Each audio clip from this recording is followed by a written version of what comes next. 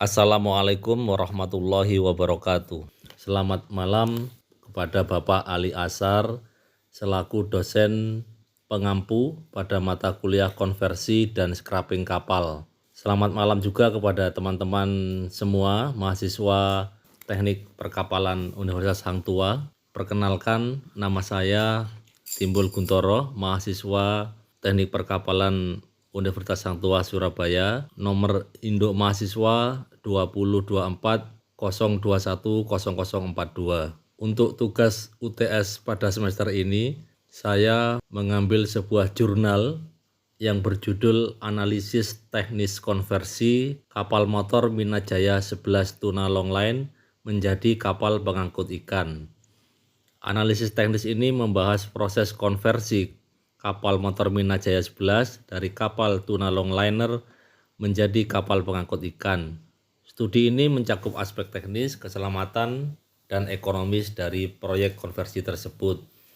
Jurnal ini ditulis oleh Irfan Binanur Akbar, Taufik Fajar Nugroho, dan Raja Olwan Saud Kurning, disubmit pada tanggal 30 Juli 2017, di absen pada tanggal 11 September 2017, dan dipublikasikan melalui journal.its.ac.id.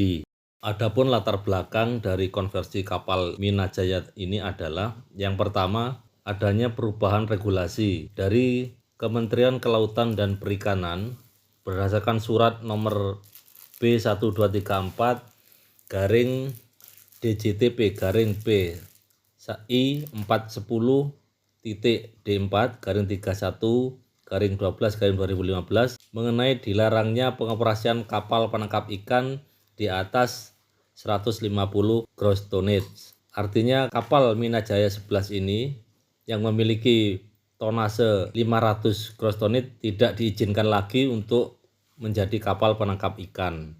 Yang kedua, efisiensi operasional. Konversi menjadi kapal pengangkut ikan akan meningkatkan efisiensi operasional.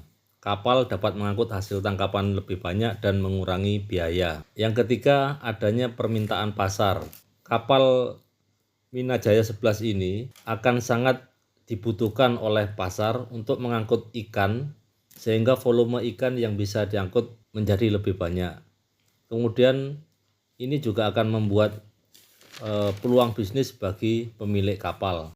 Berikutnya adalah tujuan konversi kapal KM Minajaya 11. Yang pertama adalah mengubah fungsi kapal. Kapal Minajaya 11 yang awalnya merupakan kapal penangkap ikan akan dikonversi menjadi kapal pengangkut ikan. Secara dimensi, kapal ini memiliki panjang LOA 50,7 meter, LPP 43 meter, lebar 8,4 meter, tinggi 3,6 meter, dan syarat air 3,2 meter. Pada saat menjadi kapal pengangkut ikan, syarat air lebih tinggi 3,3 meter. Kecepatan masih sama 11 knot dan gross tonnage kapal penangkap ikan ini dari awalnya 512 ton berubah menjadi 540 ton. Yang kedua, tujuan konversi ini adalah untuk menjadi supplier untuk logistik yang dibutuhkan oleh kapal-kapal penangkap ikan yang lain, seperti kebutuhan bahan bakar, umpan, es, pertukaran awak kapal, dan penyimpanan ikan beku. Slide berikut adalah terkait analisis teknis konversi. Ada 6 teknis konversi yang akan dilakukan. Yang pertama adalah pemindahan peralatan penangkapan. Peralatan penangkapan ikan seperti reel, longline, dan lainnya akan dilepas untuk memberikan ruang yang lebih luas untuk penyimpanan ikan. Karena memang peralatan-peralatan penangkapan ikan seperti ini sudah tidak digunakan lagi atau tidak diperlukan lagi. Yang kedua, penambahan sistem pendingin. Kapal ini dilengkapi dengan sistem pendingin yang lebih canggih untuk menjaga kualitas ikan selama pengangkutan. Sistem ini dapat berupa sistem pendingin udara atau es. Karena volume ikan yang akan diangkut juga pasti akan lebih banyak dan durasi waktu yang diperlukan selama melakukan pelayaran juga akan lebih lama. Sehingga kebutuhan akan sistem pendingin menjadi yang sangat vital dalam kapal ini. Yang ketiga adalah modifikasi ruang kargo. Ruang kargo akan disesuaikan untuk menampung ikan dalam jumlah yang lebih besar. Lantai kargo akan dilapisi dengan bahan yang mudah dibersihkan dan tahan terhadap suhu rendah. Yang keempat adalah penambahan sistem pemuatan dan pembongkaran. Jadi untuk sistem loading dan unloading pada kapal ini akan dilengkapi dengan sistem pemuatan dan pembongkaran yang efisien seperti conveyor belt atau crane. Yang kelima adalah sistem bunkering. Ditambahkan sistem bunkering untuk mengisi bahan bakar kapal penangkap ikan lainnya di tengah laut. Jadi kapal-kapal penangkap ikan dengan gross tonage di bawah 150 ton tidak perlu lagi balik ke darat untuk mengisi bahan bakar. Bisa kita supply menggunakan kapal Minajaya 11 ini. Yang keenam adalah sistem produksi es. Ditambahkan sistem produksi es untuk memenuhi kebutuhan kapal penangkap ikan akan es. Berikutnya adalah identifikasi modifikasi konstruksi yang dibutuhkan. Yang pertama, seperti penjelasan yang sebelumnya, ada sistem bunkering. Sistem bunkering itu adalah tangki bahan bakar ditambah dengan sistem pompa untuk transfer bahan bakar dari kapal ke kapal lain, ship to ship ini. Kemudian dilengkapi dengan mass flow meter untuk mengukur bahan bakar yang ditransfer dan waktu bunkering sekitar 20 menit per kapal. Berikutnya adalah sistem pendingin. Sistem pendingin absorpsi memanfaatkan panas dari gas buang mesin utama. Kapasitas produksi 500 kilo es per hari dengan menggunakan kombinasi absorpsi metanol dan karbon aktif untuk sistem pendingin. Modifikasi konstruksi berikutnya adalah sistem bongkar muat, loading dan unloading. Metodenya menggunakan conveyor dan crane. Kemudian durasi bongkarnya ditentukan dari kecepatan crane dan conveyor. Dan efisiensi meningkat dengan alat pengukur berat di conveyor untuk transaksi akurat. Modifikasi konstruksi yang berikutnya adalah perubahan beban generator. Beban generator dihitung dengan mempertimbangkan komponen baru setelah konversi. Beban total berkisar 65-85%. Memungkinkan penggunaan generator yang ada. Berikutnya adalah perubahan operasional. KM Minajaya akan mengumpulkan hasil tangkapan dari beberapa kapal penangkap ikan di lokasi fishing ground. Kemudian operasional berdasarkan pada multi fishing ground di WPP 716 dengan Pelabuhan Bitung sebagai home base. Slide berikutnya adalah perhitungan kebutuhan tangki penyimpanan ikan. Yang pertama adalah analisis kapasitas. Perlu dilakukan perhitungan volume optimal tangki berdasarkan jenis ikan dan mempertimbangkan faktor stowage dan sirkulasi air dingin. Yang kedua adalah desain tangki. Perancangan tangki berbahan stainless steel food grade dan sistem isolasi ganda untuk efisiensi pendinginan. Yang ketiga adalah konfigurasi penempatan. Optimalisasi tata letak tangki, memastikan distribusi beban merata dan akses mudah untuk perawatan. Pertimbangan stabilitas dan keselamatan kapal. Yang pertama adalah analisis stabilitas, perhitungan ulang titik berat dan metasenter, simulasi kondisi beban penuh dan kosong. Yang kedua adalah perangkat keselamatan, penambahan life raft dan peralatan pemadam kebakaran, pemasangan sistem deteksi asap di ruang muat. Yang ketiga adalah penyesuaian lambung, modifikasi bulwark untuk drainase lebih baik, peninggian freeboard untuk meningkatkan reserve buoyancy. Berikutnya adalah perubahan sistem propulsi dan permesinan. Yang pertama, mesin utama. Penggantian mesin diesel dengan model hemat bahan bakar. Peningkatan daya untuk mengakomodasi beban lebih besar. Yang kedua adalah sistem propulsi. Instalasi propeller baru dengan efisiensi tinggi. Penyesuaian rasio gearbox untuk kinerja optimal. Dan yang ketiga adalah sistem kelistrikan. Pemasangan generator tambahan untuk mendukung sistem pendingin, upgrade panel distribusi listrik kapal. Slide berikutnya mengenai estimasi biaya konversi dan kelayakan ekonomis. Yang pertama, biaya modifikasi. Total estimasi biaya produksi konversi adalah 2,9 miliar dan waktu pengerjaan selama 5 bulan 6 hari. Termasuk material, tenaga kerja, dan biaya docking. Yang kedua adalah proyeksi pendapatan. Peningkatan pendapatan diperkirakan 30% per tahun. Break even point diperkirakan dalam waktu 4 tahun operasi. Kemudian yang ketiga adalah Analysis Return of Investment ROI 20% dalam 5 tahun. Potensi pertumbuhan bisnis jangka panjang sangat menjanjikan. Jadi kapal yang dikonversi ini akan menghasilkan keuntungan bagi pemiliknya. Berikutnya adalah rencana implementasi dan tahapan konversi.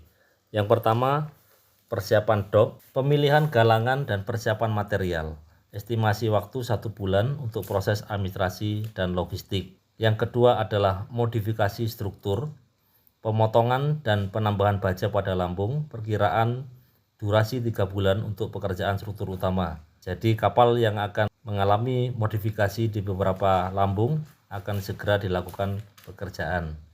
Yang ketiga adalah instalasi sistem. Pemasangan sistem pendingin dan permesinan baru dibutuhkan waktu 2 bulan untuk instalasi dan pengujiannya. Yang keempat adalah pengujian dan sertifikasi. Sea trial dan proses sertifikasi estimasi 1 bulan untuk finalisasi dan persetujuan dari otoritas yang terkait.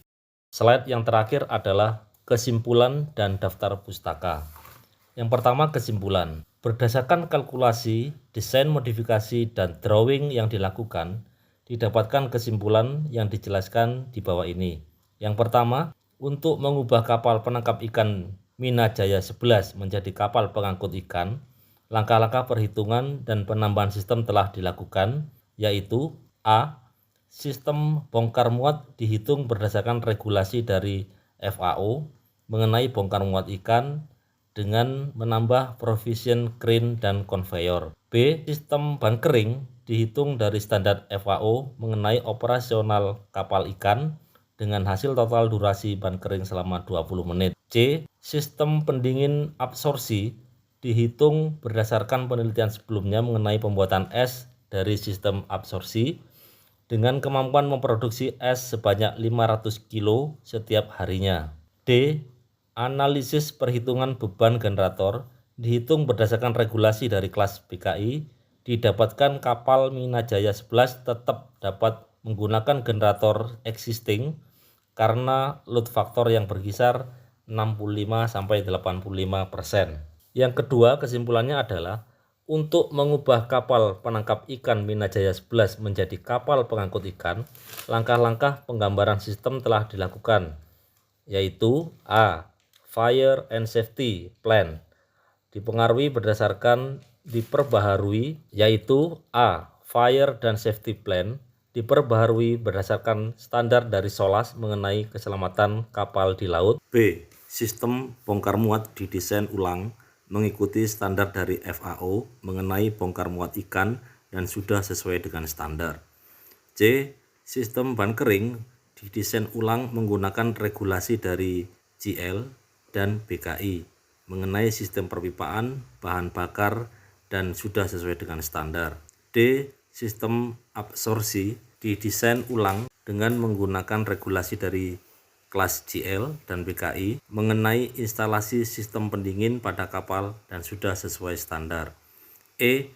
Rencana umum diperbaharui berdasarkan standar dari Marine Labor Convention 2006 dan sudah sesuai dengan standar. Berikutnya adalah daftar pustaka. Yang pertama adalah FAO, Regional Compendium of Fisheries Legislation. Yang kedua adalah Fish Handling System, a list of equipment used from sea to boat to wharf oleh R. Davis tahun 1974. Yang ketiga adalah FAO, Freezing and Refrigerated Storage in Fisheries tahun 1994. Yang keempat adalah et al. Volkering Bunkering at Sea, Rotterdam 2015. Yang kelima, petunjuk praktis bagi nelayan, Karakala Room 1990 oleh J. Demir P. Y. N. Prado. Yang keenam, J. Merritt Refrigeration and Fishing Vessel, England tahun 1988. Yang ketujuh adalah L. et al. Wang, Absorption Ice Maker for Fishing Boat Driven by the Exhaust Heat from Diesel Engine, Choice of Absorption Pair.